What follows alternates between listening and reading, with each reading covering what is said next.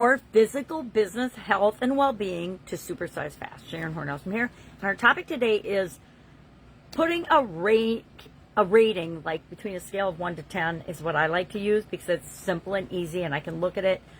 And sometimes I can just think about my business and I can say, okay, all things physical, health and well-being, my business is at a 7 or my business is at a 3. Maybe we just had a storm and we had hail damage or something. And I actually had some physical damage in my business and we're working on with insurance and things through that. So how do we go about doing this?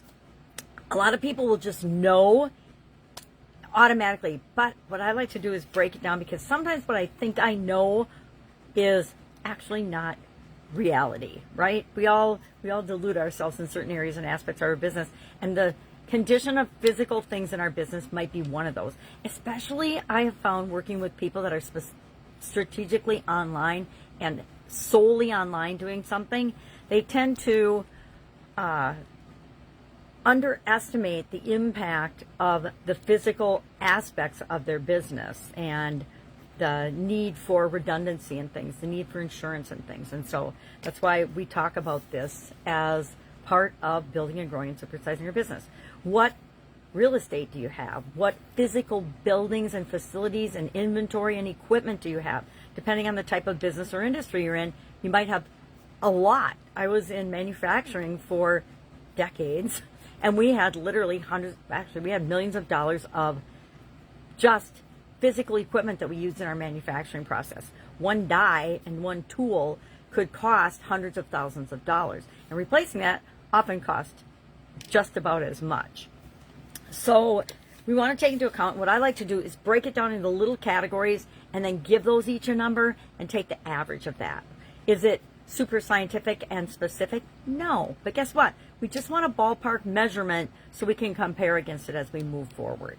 So some of the things that I consider in my businesses are facilities, the actual physical buildings that we're located in. Maybe you just have a home office. Well, what's the condition of your home office? Do you need a new copier or computer or laptop or camera or ring light even, whatever it is, rate then the condition of all of your physical things that you need in your business on a scale of 1 to 10. 10 being, of course, you're absolutely positively fine and perfect and you're just in the process of continually improving your setup. I don't know what functional space locations means. Oh, future space locations, future locations of your business, expanding and growth. Do you have anything going on in that area? And if you do, again, on a scale of 1 to 10, where is that at physically getting that done? Real estate, I've got assets, physical. I can't read my writing. Lovely, right? To do a list and I can't read my writing. Contingency plans. I think that contingency plans are a part of ensuring, just like insurance, of making sure that if something happens, we have a backup plan. Now, if you didn't have contingency plans before the COVID pandemic, I sure hope you have them now. Lucky for me, I grew up in corporate America while working in my own businesses, so I've always had contingency plans and things in place should something unexpected happen.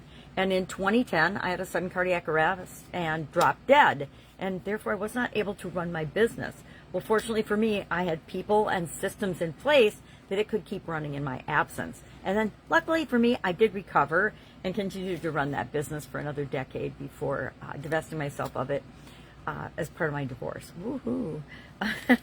So what are we doing today? We are looking at all the components that make up the physical aspects of our business, and you can decide what those are for you. Again, I have several different businesses, so for some businesses it's applicable, so some other businesses it's not. And what I'm probably going to do is just lump everything together in one glob as I do each of these categories and give them a scale of 1 to 10 so I can come up with one number.